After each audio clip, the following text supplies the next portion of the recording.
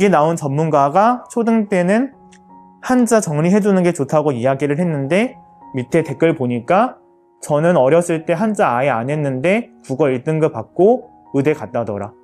끊임없이 이 반례를 제시하면서 전반적인 흐름과 맞지 않는, 자꾸만 100%가 아닌 걸 이야기하는 것에 대해서 냉소적인 분들이 많으시거든요. 그 중에서 하나가 바로 아까 말씀드린 애마다 다르다.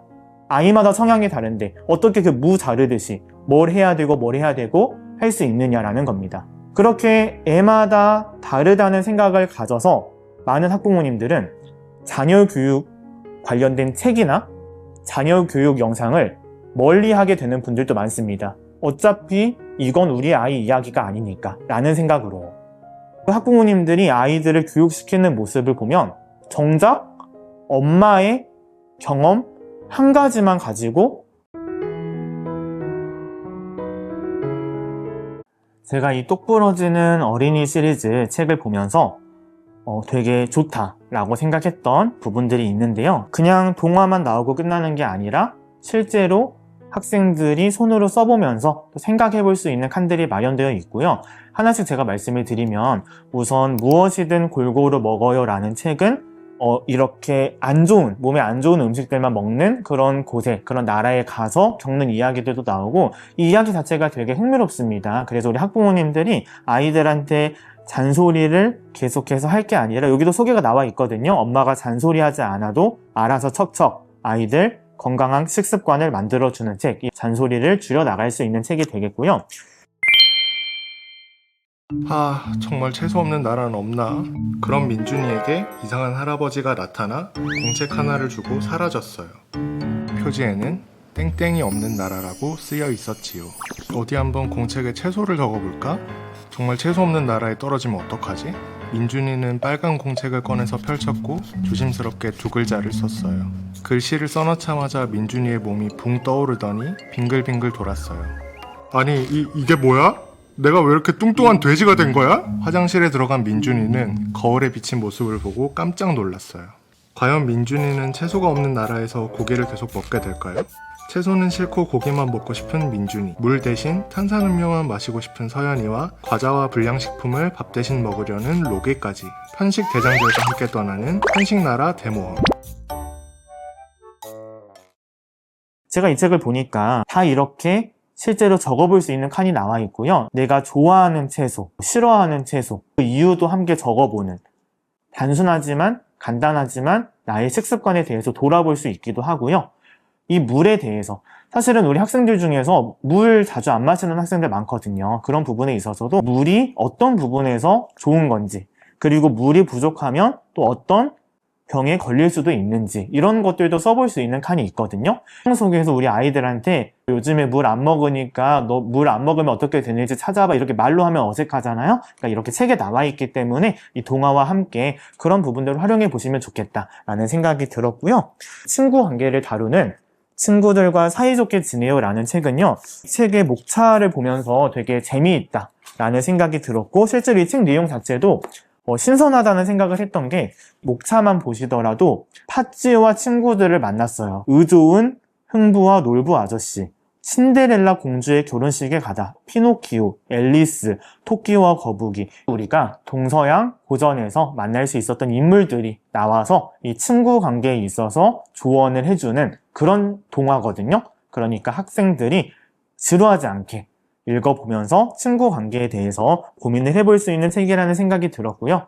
이 이야기가 끝날 때마다 재미있는, 실제 손으로 써볼 수 있는 것들이 잘 나와 있고요. 미안해 카드, 고마워 카드라고 해서 그 친구에게 미안했던 경험, 그 친구한테 고마웠던 경험들을 써볼 수 있는 그런 것들도 잘 되어 있고요. 좋은 친구 되기 프로젝트라고 해서 너그러움, 친절, 존중, 협동, 이러한 가치들이 중요하지 않습니까? 중요한데 엄마가 말로 하기에는 추상적이라서 전달하기 어려운 것들이죠. 이런 것들도 재미있게 실제 활동지를 통해서 해볼 수 있다. 그런 부분이 제가 재밌다라고 생각을 했던 포인트고요. 마지막 세 번째, 진로랑 관련된 이 나만의 꿈을 찾아요 라는 책을 보면요, 이 진로 탐색에 대해서 다루는 책이고요. 우리가 실생활에서 아이들이 만날 수 있는 그런 상황들을 배경으로 이야기를 하고 있는 것들이고요. 동화라는 게 학부모님들도 아시겠지만 우리 아이들은 재미없으면 손 안 댑니다. 저도 실제로 많이 읽어보고 느끼고 있는데 이 책도 되게 재밌게 나와 있는 책입니다. 꿈 수업을 통해서 우리 아이들이 진로를 탐색해 볼 수 있는 그런 책이 되겠고, 그 수업을 따라가다 보면 자연스럽게 진로에 대해서 찾게 되는 그런 책인데, 엄마 아빠가 말로 해주기가 어렵잖아요. 엄마 아빠가 어떤 꿈을 강요할 수 있는 것도 아니고, 그렇다고 해서 아이들한테 매번 밤마다 진로에 대해서 억지로 이야기를 하는 것도 좀 어색합니다. 쉽지 않잖아요. 그래서 이런 책들도 한번 읽어보도록 해주시면 좋겠다는 생각이 들고요. 이 진로 책 중에서 이렇게 동화로 재미있게 풀어내는 책이 흔치 않습니다. 보통은 어떤 직업이 있는지를 소개를 해주는 형태가 대부분이거든요. 그래서 이걸 동화로 풀어냈다는 것 자체가 저는 새롭고 신선한 시도다. 그리고 그만큼 재미있다. 이소연 선생님께서 또 직접 쓰셨기 때문에 믿고 읽어보시면 좋겠고요. 실제로 우리 아이들도 활동지 형태로 참여해볼 수 있는 것들이 이 책에 다 나와 있습니다. 꿈 수업 3이라고 해서 하고 싶고 갖고 싶고 되고 싶은 것 꿈이라고 나와 있고, 여러분은 무엇을 할 때 기분이 좋은지, 또 좋아하는 일이 꿈의 조건에 맞는지 꿈 목록도 적어보고, 실제로 아이들이 활동을 하는 것 자체가 우리가 눈으로만 보는 것보다 더 확실하게 이야기가 머릿속에 남을 수가 있다는 생각이 들고요. 이야기 속에서도 이 주인공인 학생들이 실제로 꿈 명함을 만들거든요. 어른이 된 나의 모습을 상상하고 내 직업은 어떨지, 나는 어떤 집을 지을 건지, 어떤 곳에서 살고 싶은지, 내 취미 생활은 뭐가 될 건지, 내가 바라는 미래의 내 모습을 꿈 명함을 그려보면서 아이들이 실제로 활동을 해볼 수 있는 그런 책입니다. 이 진로라는 어떻게 보면 딱딱하고 추상적이고 무게감이 있을 수 있는 소재를 가지고 이소연 선생님께서 재미있게 동화책도 만들어 주시고 실제 활동지까지 함께 나와 있기 때문에 우리 아이들이 좀 더 능동적으로 진로 탐색을 해볼 수가 있겠다라는 생각이 듭니다.